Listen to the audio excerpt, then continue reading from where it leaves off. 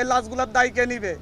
আজকে এখানে আপনাদের কাছে দাঁড়িয়েছি অবিলম্বে আমাদের ভাইদের যাদেরকে গুম করা হয়েছে, যাদের আমরা খোঁজ পাচ্ছি না, তাদের অবিলম্বে সন্ধান দিতে হবে। 24 ঘন্টার মধ্যে সন্ধান না দিলে আমি আমার ভাইদেরকে নিয়ে আমি রাস্তায় শুয়ে থাকবো। আমরা আমাদের ভাইদের খোঁজ না পাওয়া পর্যন্ত প্রয়োজন আমাদেরকেও গুম করে নিয়ে যান। আমরা কেন বাইরে থেকে কান্না করব? আমাদের ভাইরা কি ক্যাম্পাসে? কান্না জড়িত অবস্থা নিয়ে আমরা এখানে হাজির হয়েছি। আমরা গত মাসের 6 তারিখে 6 জুন হাইকোর্টের একটা রায়ের পরিপ্রেক্ষিতে বাংলাদেশের শিক্ষার্থীদের বিরুদ্ধে যে কোটা বৈষম্য চলে আসতেছিল, সেই বৈষম্যের বিরুদ্ধে ছাত্ররা খুবই শান্তিপূর্ণভাবে দীর্ঘ সময় ধরে আন্দোলন করে আসছিলাম। আমরা 30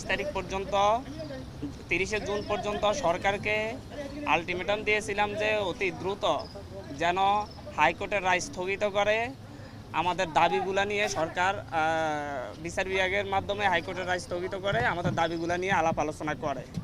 কিন্তু 30 তারিখ পর্যন্ত সরকারের পক্ষ থেকে কোনো ধরনের আলাপ আলোচনা করা হয় নাই। পরবর্তীতে 1 জুলাই থেকে ছাত্রদেরকে সঙ্গে নিয়ে আমরা শান্তিপূর্ণভাবে 15 তারিখ পর্যন্ত আপনারা দেখেছেন সবচাইতে বাংলাদেশের ইতিহাসে সবচাইতে শান্তিপূর্ণ আন্দোলন করে আসছিলাম। এর মাঝে সরকারের পক্ষ থেকে বিভিন্নভাবে আমাদের সাথে যোগাযোগ করা হয়েছিল, আমাদের দাবি দাওয়া মেনে নেওয়ার আশ্বাস দেওয়া হয়েছিল, বলেছিল আমাদের সাথে সংলাপের ব্যবস্থা করবেন। এমনকি প্রধানমন্ত্রী যেদিন রাতে চীন সফর থেকে ফিরে এসেছিলেন, সেই দিন প্রধানমন্ত্রীর একটি প্রতিনিধি দলের সঙ্গে আমি সহ আরও 2 জন সমন্বয়ক মোট 3 জন মিলে বেইলি রোডের একটি রেস্তোরাঁয় বসে আমরা আলাপ করেছিলাম, তাদের কাছে আমাদের দাবি দাওয়া তুলে ধরেছিলাম। ওনারা প্রধানমন্ত্রীর কাছে বিষয়গুলো পৌঁছে দিবেন এবং কোনো মন্ত্রীর মাধ্যমে আমাদের সাথে সংলাপের ব্যবস্থা করবেন বলে সেদিন সন্ধ্যার মধ্যে একটি সংলাপের ব্যবস্থা করবেন বলে আশ্বস্ত করেছিলেন। আমরা দুপুর 11টায় যখন সেখান থেকে ব্যাক করি, ক্যাম্পাসে এসে আমরা জানতে পারি ডিএমপি কমিশনার হুমকি ধমকি দিচ্ছেন, ছাত্রদেরকে আর রাস্তায় দাঁড়াতে দিবেন না। বাংলাদেশ ছাত্রলীগের সভাপতি সাধারণ সম্পাদক মধুর ক্যান্টিনে সংবাদ সম্মেলন করে হুমকি ধমকি দিচ্ছেন এই আন্দোলনকে দমন করবেন। বাংলাদেশ আওয়ামী লীগের সেক্রেটারি জেনারেল এবং সড়ক ও সেতু মন্ত্রী ওবায়দুল কাদের সাহেব বলেছিলেন যে এই আন্দোলন দমন করার দায়িত্ব ছাত্রলীগের। আমি কোট করছি না, উনি এভাবে কথাটি বলেছিলেন, আপনারা মিডিয়ায় প্রচার করেছিলেন। তারপর থেকে আপনারা দেখেছেন 15 তারিখ 16 তারিখ থেকে সারা দেশের ছাত্রদের উপর যে অমানবিক নির্যাতন চলে আসছে, দমন করার এক হাতিয়ার নিয়ে আসছিল। ঢাকা বিশ্ববিদ্যালয় ক্যাম্পাস সহ সারা দেশের সকল পাবলিক বিশ্ববিদ্যালয়ে এক দানবের মতো লাঠিয়াল বাহিনী, পেটুয়া বাহিনী নেমে এসেছিল। রাতের আঁধারে জাহাঙ্গীরনগর বিশ্ববিদ্যালয়ে বহিরাগতদের দিয়ে অভিযান চালিয়েছিল। বিসির ভাষা ভাঙচুর করে সেখানে ছাত্রদের উপর নির্যাতন চালানো হয়েছিল। অনেক শিক্ষকরাও সেখানে আহত হয়েছিলেন। ঢাকা বিশ্ববিদ্যালয়ে সকালবেলায় দুপুরের দিকে পেটুয়া বাহিনী দিয়ে, টোকাইদের দিয়ে মেয়েদের উপর, নারী শিক্ষার্থীদের উপর, সাধারণ শিক্ষার্থীদের উপর যেভাবে হায়ানাদের মতো হামলে পড়েছিল তা সারা জাতি দেখেছে। আর এরপরে কি হলো? এরপরে দেখা গেল এর প্রতিবাদে সারা দেশের মানুষ, সারা দেশের সাধারণ শিক্ষার্থীরা রাস্তায় নেমে এসেছিল। তার উপর চালানো হয়েছে ক্র্যাকডাউন। সেখানে ক্র্যাকডাউন চালিয়ে প্রায় আমরা এখন পর্যন্ত, যেহেতু আমরা অনলাইনের সাথে যুক্ত নয়, মিডিয়ার মাধ্যমে যেটা পাচ্ছি সেখানে কোনো মিডিয়ায় বলা হচ্ছে যে 2 শতাধিক, কোনো মিডিয়ায় বলা হচ্ছে 3 শতাধিক। আমরা মনে করি এর চাইতে বেশি সংখ্যক আমাদের ছাত্র ভাইয়েরা খুনের শিকার হয়েছে। তাদেরকে রাস্তায় নির্বিচারে গুলি করে খুন করা হয়েছে। প্রকাশ্যে আপনারা দেখেছেন আমাদের ভাইদেরকে উপর থেকে হেলিকপ্টার দিয়ে গুলি করে হত্যা করা হচ্ছে। এক নির্মম অরাজকতা এই দেশে নেমে আসছে, যার পরিপ্রেক্ষিতে আমাদের ভাইয়েরা 2 দিনের আলটিমেটাম দিয়ে সরকারকে এর বিরুদ্ধে ব্যবস্থা নেওয়ার কথা বলে 2 দিন আলটিমেটাম দিয়ে কর্মসূচি স্থগিত ঘোষণা করেছিল। কিন্তু তারপরও আজকে জগন্নাথ বিশ্ববিদ্যালয়ে গুলি হয়েছে। আমাদের সহ সমন্বয়ক সহ 4 জন ভাইকে খুঁজে পাওয়া যাচ্ছে না। আসিফ মাহমুদ ভাই, আবু বাকের মজুমদার, আব্দুল কাদের এবং রশিদুল ইসলাম রিফাত, এদেরকে খুঁজে পাওয়া যাচ্ছে না। ওদের বাবা মা মর্গে মর্গে তাদের সন্তানদের খোঁজ নিচ্ছেন, ডিবি অফিসে গিয়ে খোঁজ পাচ্ছেন না, এক থানা থেকে আরেক থানায় তাদেরকে ঘুরপাক খাওয়ানো হচ্ছে। এ কোন স্বাধীন সভ্য রাষ্ট্রে আমরা বসবাস করতেছি? আমরা এই জাতির কাছে প্রশ্ন রাখছি, আমরা প্রধানমন্ত্রীর কাছে প্রশ্ন রাখছি, ৭১ কি ৩০ লক্ষ শহীদেরা রক্ত দিয়ে আমাদেরকে এরকম একটা রাষ্ট্র উপহার দেওয়ার জন্য রক্ত দিয়েছিলেন?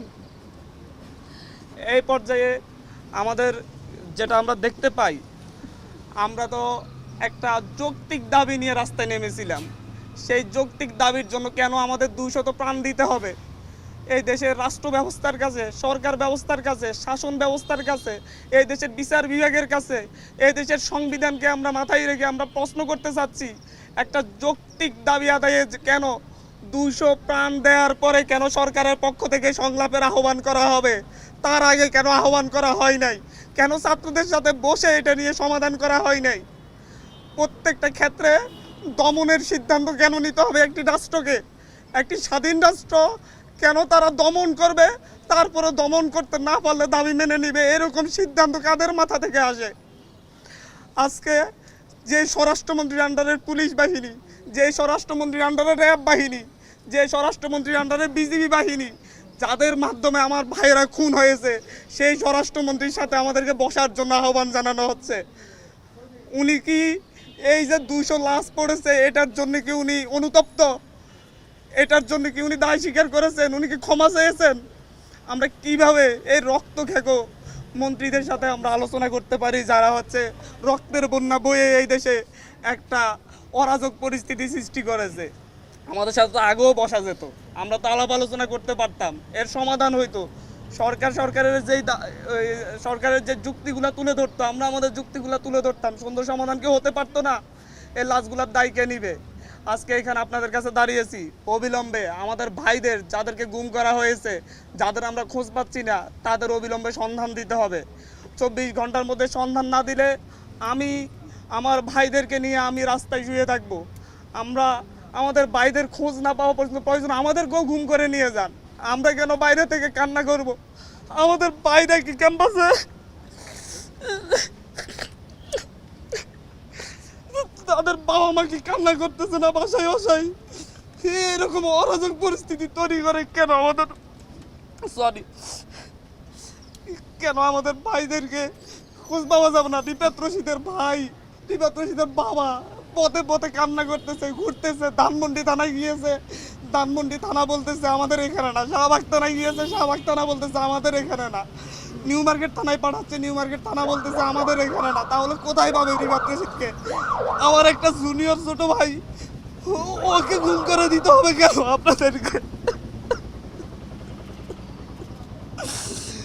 রেসিডেন্সিয়ালের একটা ১৬-১৭ বছরের ছেলেকে গুলি করে মেরে বেড়া হয়েছে। পুলিশ বাহিনীর সাথে, র্যাবের সাথে, ডিজিএফআইয়ের সাথে লাঠি নিয়ে, অস্ত্র শস্ত্র নিয়ে সাদা পোশাকে ছাত্রলীগ যুবলীগ কেন হামলা করবে? বাংলাদেশের পুলিশ বাহিনী, বিজিবি এরা কি এতটাই অপদার্থ হয়ে গিয়েছে যে আপনাদের সশস্ত্র গুন্ডা বাহিনীকে লাগবে আমাদের ভাইদেরকে নিধন করার জন্য? আমি আজকে সকালে পত্রিকা পড়তেছিলাম, পত্রিকায় দেখলাম যে বিভিন্ন মন্ত্রীরা, ক্ষমতাসীন দলের বিভিন্ন নেতারা হুমকি দিচ্ছেন, এরপরে যদি আন্দোলন না থামে ওনারা দমন করবেন। ওনারা ছাত্র আন্দোলন দমন করার চিন্তা করেন, ওনারা ভুলে যাচ্ছেন ১৯৫২ সালে দমন করতে গিয়ে পাকিস্তানি হানাদাররা ব্যর্থ হয়েছে, ৬৯-এ ব্যর্থ হয়েছে, ৬৪-তে ব্যর্থ হয়েছে, ৬৬-তে ব্যর্থ হয়েছে। ওনারা কিভাবে সফল হবেন? ওনাদেরকে এখনো বলবো, আমাদের প্রতিটা ক্যাম্পাসে নিরাপত্তা নিশ্চিত করুন, আমাদের ভাইদেরকে ছেড়ে দিন। আমি নিজে আতঙ্কিত, আমি এখানে এসেছি আমার জীবনের মায়া নিয়ে, আশপাশে ডিজিএফআই, ডিবির লোকজন ঘুরে বেড়া করতেছে। আপনাদের এখান থেকে উঠে যাওয়ার পর হয়তো আমারও আর খোঁজ পাওয়া যাবে না। এভাবে একটা সভ্য রাষ্ট্র চলতে পারে না, এভাবে কোনো স্বাধীন রাষ্ট্র চলতে পারে না। আমরা